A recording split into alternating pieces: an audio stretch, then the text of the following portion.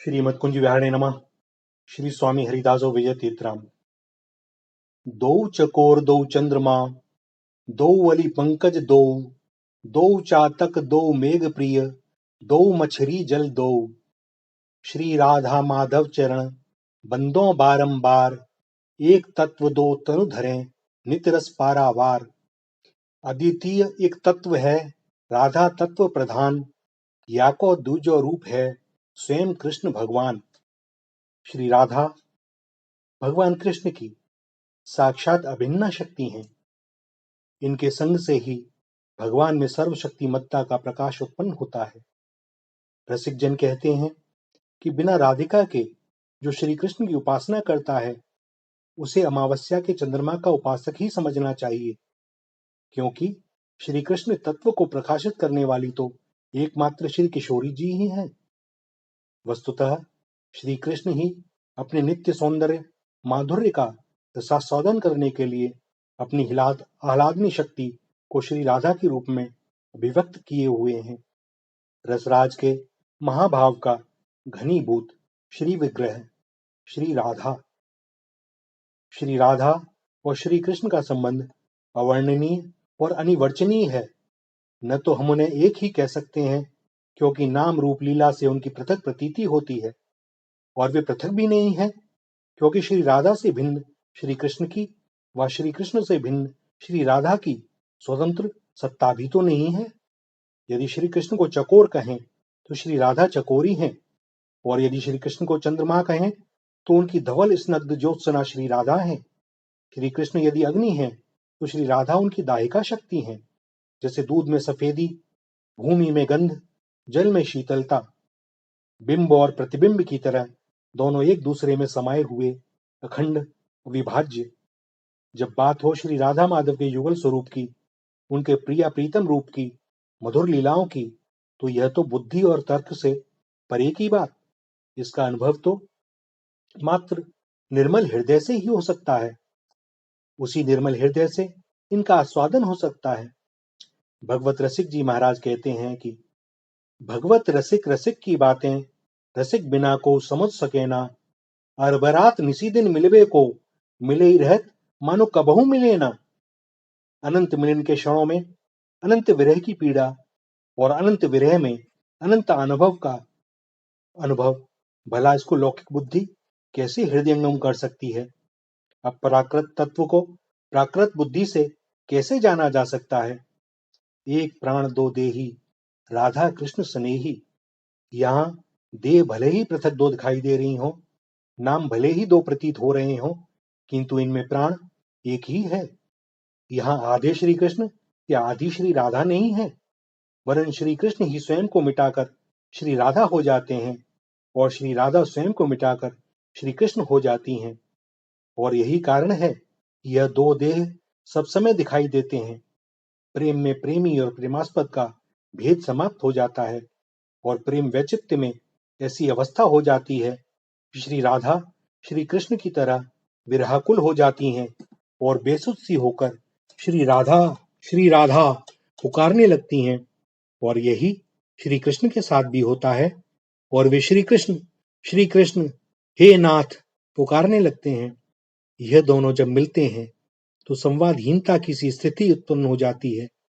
संवाद के लिए किसी दूसरे की उपस्थिति तो अनिवार्य होती है ना, दो के बिना संवाद कैसे हो।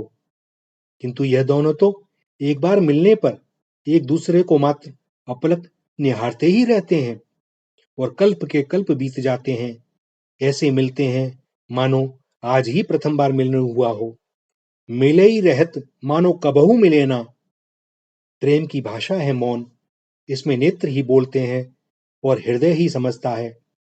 बुद्धि और तर्क से परे की है यह भाषा। एक बार श्री किशोरी जी प्राण प्रीतम के विरह में अत्यंत व्याकुल हो गईं। क्या करें क्या न करें कुछ समझ नहीं आ रहा। हार कर सोचा कि पत्र ही लिखा जाए। भोजपत्र पर अनार की कलम से कुछ लिखना चाहती हैं, किंतु क्या लिखें। प्रीतम की इच्छा में ही तो जिनका सुख निहित है, वह कैसे उनसे कुछ कहें। किंतु लिखा कुछ, और फिर क्या हुआ, उन्हें उसकी सुध नहीं। जब श्री ललिता सखी ने आकर उन्हें स्पर्श किया तो मानो उनकी सुधि लौटी। उनके पूछने पर बताया कि सखी, मैं यह कैसे भूल गई। वे कहती हैं, सखी, यह कैसी भूल भई, लिखन लागी पाती पिया को, ले दाड़िम कलम नई, भूली निज स्वरूप हों तुरत ही, बनी घनश्याम गई, बिरह बिकल बोली पुकार, हा राधे किते गई, पाती लिखी प्रिय हृदयेश्वरी, सुमधुर सुरसमयी, प्राणाधिके बेगी आवो तुम, नेह कलह विजयी, ठाड़े भय आय मनमोहन, मोतन दृष्टि दई, हंसे ठटाए चेतना जागी, हों शरमाए गई। अरे ललते, मुझे क्या हो गया है। जब वे श्री श्याम सुंदर मेरे पास थे तो मैं उन्हें देखकर मानिनी हो जाती हूँ। वे कितनी मनुहार करते हैं, किंतु मैं न मानती, और तब वे व्याकुल उदास होकर लौट जाते हैं। और जब वे चले जाते हैं तो वही मानिनी उनकी सेविका की तरह खोजती है ताकि क्षमा याचना कर सके। वे मेरे ही अपराध के कारण मुझसे रुष्ट हो गए हैं और दर्शन नहीं दे रहे, तो सोचा कि उन्हें पत्र लिखकर ही क्षमा मांग ली जाए ताकि वे मुझ दासी को दर्शन देने की कृपा करें। परंतु हे सखी, चाहकर भी मैं कुछ लिख नहीं पाती।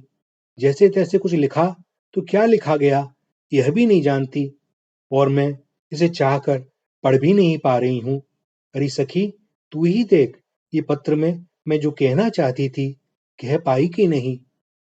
श्री किशोरी जी का गला रुंध गया, प्रेमाश्रु बह रहे थे, और यह कहते कहते श्री जी अचेत हो गईं।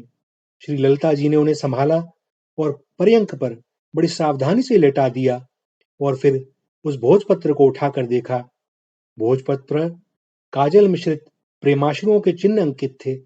शब्द बड़ी ही कठिनता से पढ़े जा सके, क्योंकि अश्रु जल ने उन्हें धुंधला कर दिया था। ललिता जी समझ नहीं पा रही यह पत्र किसने किसको लिखा है। राधा जी ने कृष्ण को या कृष्ण ने राधा को। वे जानती हैं अपनी सखी को, सो समझ गईं कि श्री कृष्ण के विरह में व्याकुल जब उन्होंने श्री कृष्ण का ध्यान किया होगा तो प्रेम वैचित्र की अवस्था में वे तन्मय होकर श्री कृष्ण हो गईं, और जब राधा न रही तो कृष्ण को पत्र कौन लिखता। सो कृष्ण बन गई। राधा ने ही लिखा पत्र, और राधा को लिखा। क्या लिखा? हा राधिके, तुम कहाँ चली गईं? अभी तो तुम यहीं थी मेरे समीप। अभी भी चारों ओर फैली हुई तुम्हारे दिव्य श्री विग्रह की सुगंध बता रही है कि तुम यहीं कहीं हो। कुछ क्षणों के अंतराल पर तुम्हारे नूपुरों से निकलती वह सुमधुर ध्वनि मेरे कर्णरंध्रों को आनंदित कर देती है। हे किशोरी, कृपया मान का त्याग कर दो और मुझे क्षमा कर दो। तुम नहीं जानती कि मेरे प्राण संकट में हैं, किंतु तुम्हें देखे बिना यह निकलेंगे भी नहीं। हे राधिके, मैं तो सदैव का ही हारा हुआ हूँ और तुम सदैव की ही जीती हुई। मेरी भूलों को क्षमा कर दो। आह्लादनी, तुम ही तो मेरे हृदय की रसधार हो, जिससे मैं सदा सर्वदा आह्लादित रहता हूँ। मुझे ऐसा दंड ना दो कि तुम्हारे दर्शनों के लिए तरस जाऊं। कहाँ छिप गई हो? आओ ना, तुम्हारे वियोग में कुंज के लता पता पुष्प कुम्हला रहे हैं। पंछी कलरव नहीं करते, मयूरों ने नृत्य करना बंद कर दिया है, देखते रहते हैं निर्निमेष कुंज के द्वार की ओर। हे लाडली, तुम्हारे श्री चरणों पर अपना मस्तक रखकर मैं क्षमा मांगना चाहता हूँ। कृपया मुझे एक अवसर तो प्रदान करो। इतना ही बड़ी कठिनाई से पढ़ सकें श्री ललिता जी। इस पत्र को पढ़कर वह स्वयं बेसुध सी होकर बैठ गईं, और बेसुध होते होते उन्हें प्रतीत हुआ कि श्री श्याम सुंदर पर्यंक पर लेटी श्री राधा जी के श्री चरणों में अपना मस्तक रखे हुए हैं। रसिक ब्रजवासी जन कहते हैं कि ना आदि न अंत विहार करें दो, लाल प्रिया में भई न चिन्हारी। जिनका आदि अंत नहीं है और नित्य ही श्रीधाम वृंदावन में विहार करते हैं, उन्हें देखकर आज भी ऐसा प्रतीत होता है कि उन्होंने एक दूसरे को अभी ठीक से देखा नहीं और अभी तक तो जाना ही नहीं। प्रत्येक क्षण में श्री राधा कृष्ण का रूप ले लेती हैं और श्री कृष्ण राधा बन जाते हैं। आज भी श्रीधाम वृंदावन के केली निकुंज में श्री राधा माधव की अबाध लीला चल रही है। उनकी सखी सहचरियां उनकी सेवा में स्वयं को समर्पित किए हुए हैं। श्री राधा माधव का सुख ही उनका अभीष्ट है। श्री युगल प्रेम के का अनुभव उनको आत्मविस्मृति की अवस्था में पहुंचा देता है। और श्री राधा माधव, उनका एक ही अभिष्ट कि इन सखी सहचरियों को कैसे सुख प्रदान किया जाए। सो वे जब उठावें तब उठें, जब सुलावें तब सोवें, जो भोजन दें वही करें, जिस लीला की अभिलाषा सखी सहचरियों को हो वही लीला करें। परस्पर एक दूसरे को अधिकाधिक सुख पहुंचाने की इच्छा और चेष्टा के कारण यह लीलाएं अनादिकाल से चल रही हैं और अनादिकाल तक चलेंगी, क्योंकि प्रेम प्रतिक्षण वर्धमान होता है और इसमें तृप्ति होती ही नहीं। नेति नेति। श्री राधा, श्री राधा, श्री राधा।